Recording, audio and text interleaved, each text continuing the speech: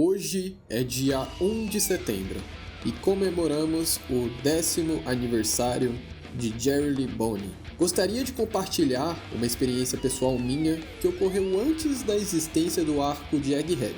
Estava eu, em Cal, com meu irmão Dave, debatendo sobre os supernovas de One Piece. Tá, viado, tu me magoou, velho. Tua versão criança Haruka te magoa? Não, na moral, caralho, velho. Cala a boca, seu pó. E comentamos sobre justamente ela. Criticamos o fato da maioria dos supernovas não terem seu aprofundamento adequado, dentre eles o Kid, inclusive, que merecia muito mais espaço de tela do que realmente tem. Quando falamos Bonnie, comentamos o fato dela literalmente não ter nada sobre, e não tínhamos nenhuma expectativa referente a ela, dizendo até que ela seria apenas mais uma personagem no meio de vários. Entretanto, estávamos completamente enganados. Bonnie, hoje, é a minha supernova favorita, tirando o posto de Law. Toda a construção que Eiichiro Oda fez para a personagem é simplesmente fantástico. O fato dela chorar em Marineford passou como uma cena solta, dentre outras várias, mas hoje entendemos que ali ela chorava pelo seu pai. Enfim, hoje estarei contando a história e o passado da personagem e contribuirei com as minhas observações pessoais. Então, se me dão licença, vamos falar sobre Jerry Lee Bonnie.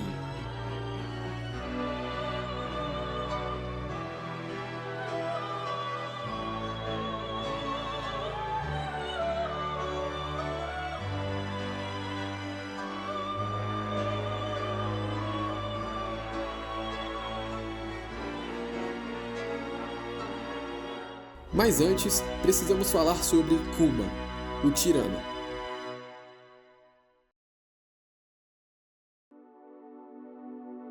Kuma vivia com seu pai e mãe, todos felizes e tendo seu dia a dia normal, mas certo dia foram capturados pelo governo mundial, pelo simples fato do seu pai ser de uma raça chamada Bucaneiros, uma raça humanoide extinta que carregava o sangue dos gigantes.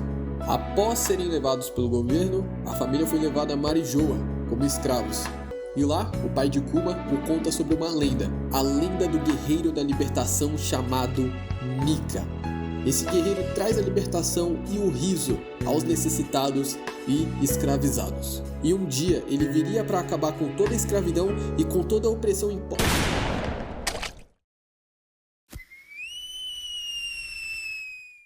E como escravo, nem chorar ele podia mais. Após diversos acontecimentos, Kuma é levado para God Valley, uma ilha onde haveria um jogo de caça a humanos.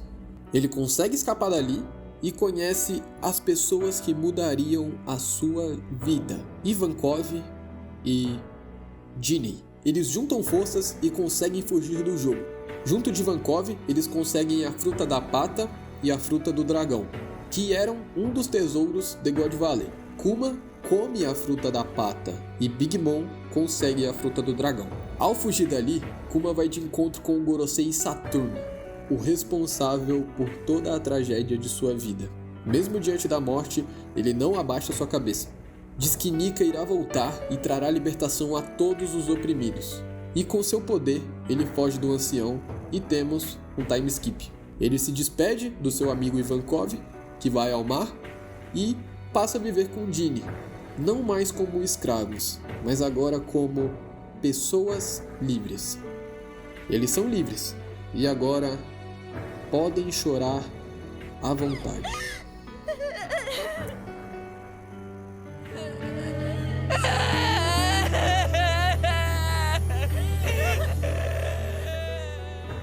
Já mais velhos, com a fruta da pata e vivendo com Ginny, Kuma passa a curar as dores dos cidadãos do reino de Sorbet, atuando como padre. E mesmo mais velho, seu objetivo ainda é ajudar os próximos. Afinal, para ele curar as dores dos outros, alguém tinha que sofrê-las. Enfim, Kuma e Ginny se amam. Mas ele não pode. Ele não quer trazer o peso de ser um bucaneiro a ela, igual ocorreu com seu pai, e isso entristece Ginny. Até que, novamente, o rei decide exterminar todos os cidadãos do sul por conta de tributos. Mas Kuma ajuda as pessoas do reino e é preso junto de Ginny e os outros habitantes, que lutaram para defendê-lo. Mas temos o retorno de Ivankov, que junto do exército revolucionário o salvam dali. Sendo assim, ele e Ginny tornam-se novos integrantes do grupo. Um grupo que conduz revoluções e protestos contra o governo mundial e a opressão. Ele atua ativamente no exército revolucionário enquanto ajuda o seu antigo reino de Sorbet. Depois de diversas missões, Ginny é capturada pelo governo mundial e some. Ela será esposa de um dragão celestial, mas até então não sabemos quem é esse personagem. Mas um dia eles têm a notícia de Ginny. Ela liga dizendo que está doente e foi liberta. É uma última chamada para dizer adeus. Não sabem onde ela poderia estar, mas Kuma sabe. Ele viaja novamente ao reino de Sorbet e infelizmente a encontra na igreja. A igreja onde ele curava as doenças das pessoas. Ginny está com pedras de safira em sua pele inteira, cobertas por todo o corpo, e seu estado morta. E o local que Kuma costumava tirar as dores das pessoas, com Ginny ele não consegue fazer nada. Ginny! Mas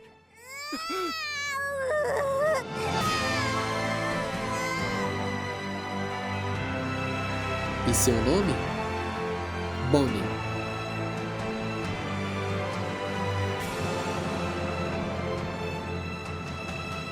Kuma então sai do exército revolucionário e passa a cuidar de Bonnie como pai, na igreja de Sorbet. Temos muitos momentos juntos dos dois. Ele foi, sinceramente, o melhor pai que Bonnie poderia ter. Ele conta a história de Nika e eles dançam. Dançam e dançam. Mas nem tudo foram flores. Aos 5 anos, percebe que Bonnie herdou a doença de sua mãe, as escamas das pedras de safira. Ela não pode ter contato com a luz natural e tem no máximo mais 5 anos de vida. Isso entristece Kuma e Bonnie pergunta a ele o que está acontecendo. Diferente de seu pai, um homem forte, Kuma não consegue falar a verdade para sua filha. Ele mente, dizendo que sua doença será curada aos 10 anos, e isso alegra ela. Bonnie quer conhecer as ilhas do céu e toda a vastidão do mar, mas ela não pode, e nunca irá poder. Kuma também percebe que Bonnie parece ter crescido, e nos é revelado que ela tem os poderes de uma Akuma no Mi, a fruta da idade, que permite que ela manipule a sua idade de acordo como ela se imaginar. Após outra rebelião e outra confusão com o rei, Kuma consegue o seu título de tirano, que o torna o rei de Sorbet, segundo os próprios habitantes, que o amam e o vangloriam tal como um. Ele vira um pirata e vaga ao mar em busca da cura da doença de Bonnie.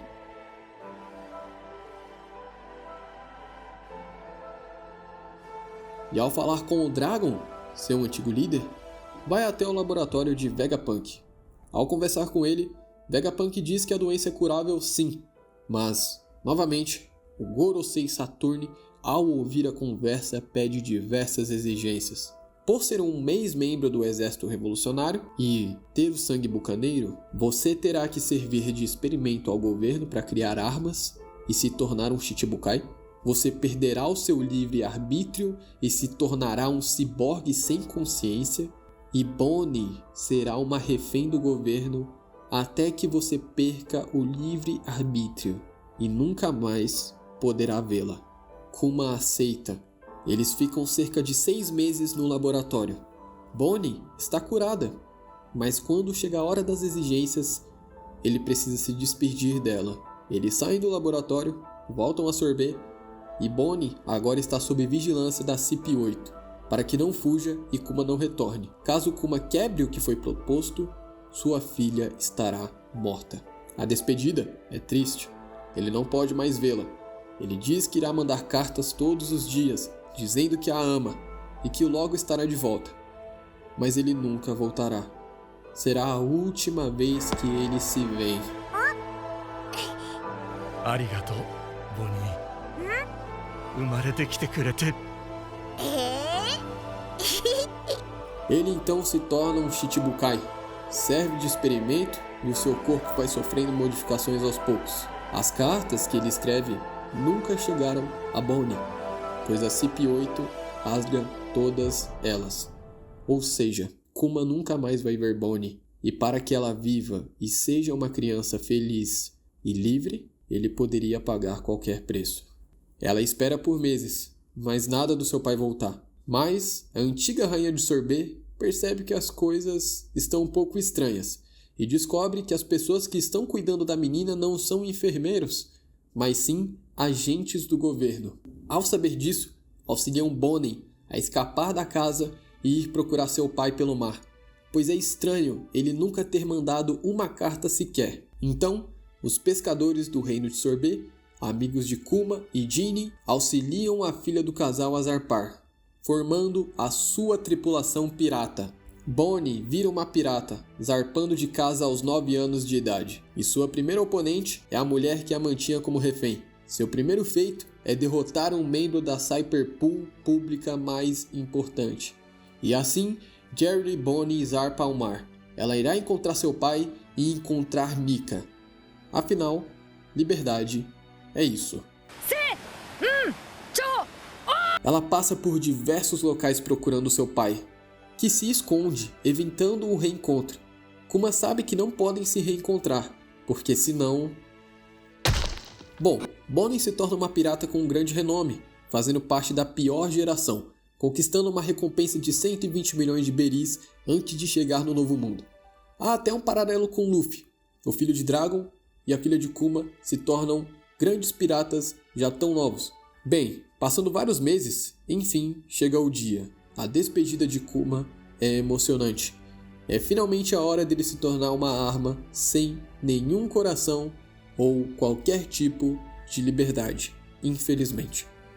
Vegapunk verifica todas as suas memórias e desaba em lágrimas. Ele também não quer fazer isso, mas não havia outro jeito. E como última ordem, Kuma pede para que Sunny, o navio dos Chapéus de Palha, seja vigiado por ele até que um membro retorne. Pois durante os dias como Shichibukai, Kuma observa Luffy, por ser filho de Dragon, seu antigo líder. E ao decorrer da história, ele vai acompanhando a trajetória do personagem.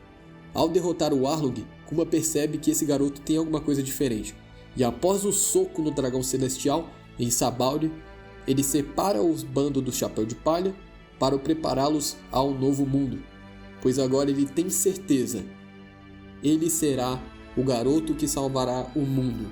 Pois Nika, o deus do sol, a lenda que seu pai lhe contou, é Monkey D. Luffy, do Chapéu de Palha.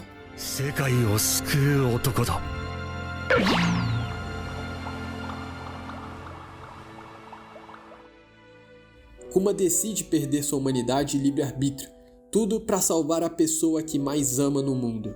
Ele não salvou sua mãe, seu pai e nem mesmo a Ginny, mas pôde salvar a Bonnie. Ela hoje é uma criança alegre, feliz e foi uma aposta. Kuma apostou tudo em Bonnie e juntamente em Luffy. Ambos serão a chave para o mundo mudar. E o mundo vai mudar. Mas, adeus, Kuma. Saiba que você nunca foi um incômodo para ninguém. Sua morte será horrível para aqueles que te amam.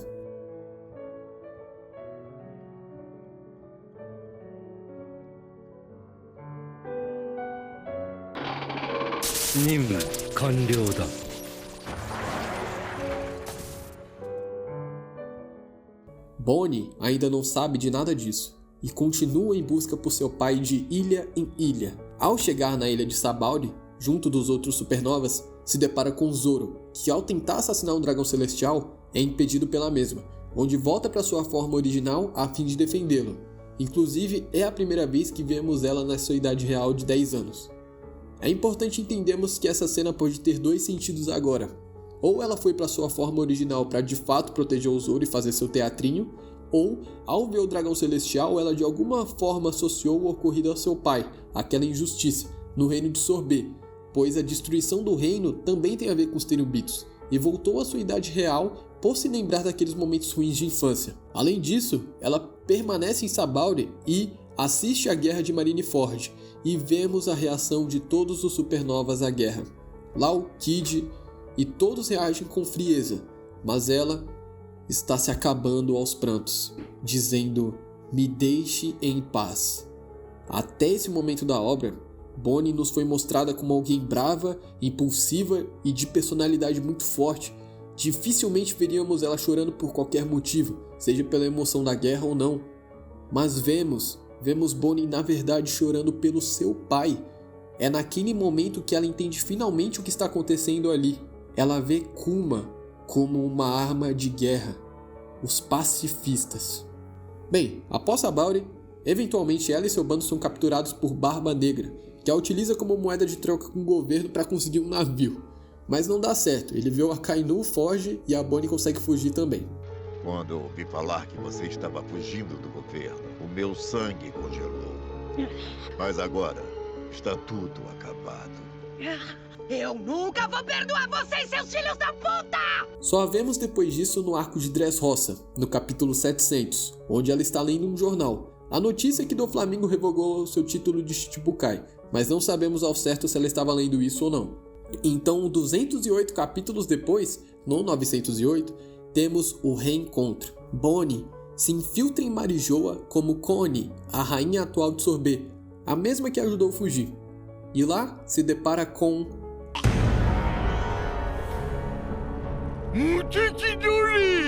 Kuma!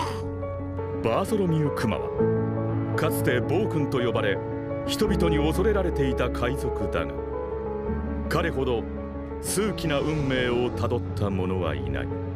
Kuma agora é um escravo. Ele não sente nada, não rebate, não grita, ele só obedece. Mas a única coisa que Bonnie consegue fazer é chorar. Eventualmente, ele é resgatado pelos revolucionários e é levado para a ilha de Kamabaka.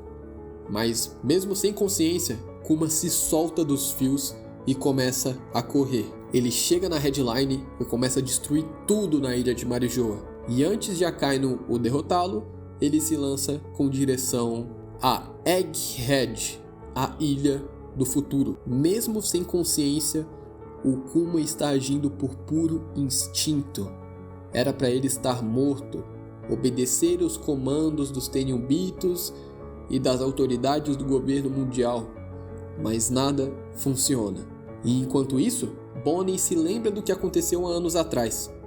No laboratório de Vegapunk, lembra que ele estava realizando modificações em seu corpo, então decide sair de Marijoa e partir também para Egghead, para encontrar o Dr. Vegapunk, pois se há alguém que possa consertar o que fizeram com seu pai, seria ele. E no caminho, ela dá de cara com os Chapéus de Palha, e explica que ali é a ilha de Egghead, e que tem negócios a tratar com Vegapunk. Após os Serafins atacarem, Bonnie revela aos Chapéus de Palha e ao público que Kuma é na verdade seu pai. Jinbei comenta que Kuma era um tirano e que deu seu corpo a fim de propagar o avanço científico. E é interessante ver como as pessoas, incluindo personagens como Jinbei, enxergam Kuma, pois Bonnie o desmente na hora, dizendo que ele não é nenhum tirano e nunca faria isso de forma voluntária.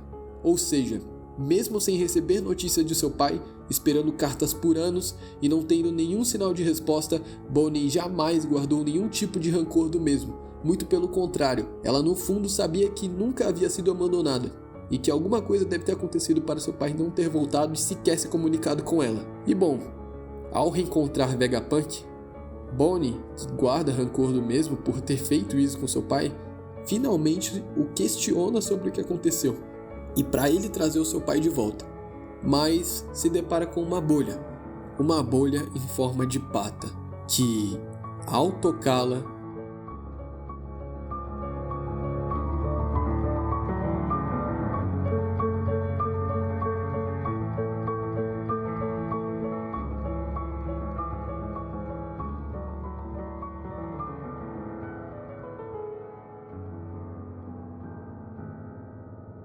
vê todas as memórias de seu pai. Ela finalmente entende tudo o que aconteceu. Ele nunca quis ir embora, ele nunca deixou de mandar as cartas. ele nunca a esqueceu. Kuma foi a pessoa que mais amou Bonnie todo esse tempo. Se hoje ela pode sorrir, comer à vontade e ter a sua liberdade, foi graças a Kuma. Ela se desculpa com Vegapunk e o mesmo a entrega um colar. O colar de Nika, como presente de aniversário de 10 anos de idade. Saturne está na ilha e Bonnie o ataca no mesmo instante, que não surge efeito. Ela diz que ele matou seu pai e que nunca iria perdoá-lo, e é onde nos é revelado: Bonnie é um experimento.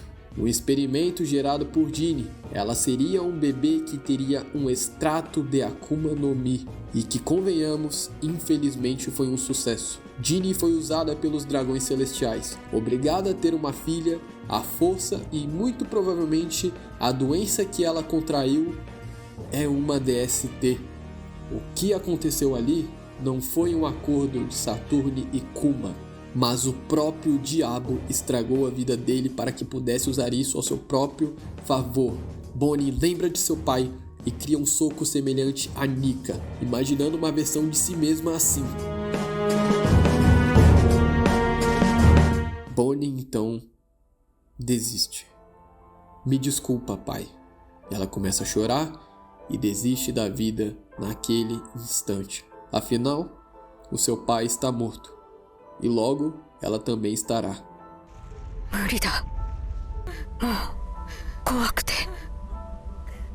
Talvez morrer seja melhor mesmo. Entretanto, Kuma, que estava correndo desde Marijoa, chega em Egghead e corre até Bonnie.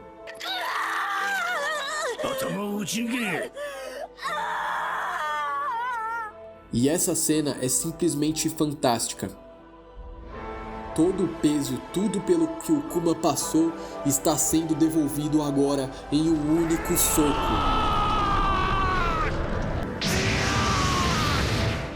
Se Kuma não tivesse feito o que fez, que tipo de pai ele seria, afinal? Ele abraça Bonnie, pegando-a nos braços, que agora começa a contar com entusiasmo e lágrimas sobre os lugares que vivenciou, sobre as cartas e sobre sua vida. Bonnie agradece. Ela finalmente pôde rever seu pai, finalizar sua jornada e finalmente conhecer Nika, o deus do sol. E agora, sendo a herança de um bucaneiro escravo, lutar lado a lado do guerreiro da libertação. Bonnie, feliz aniversário.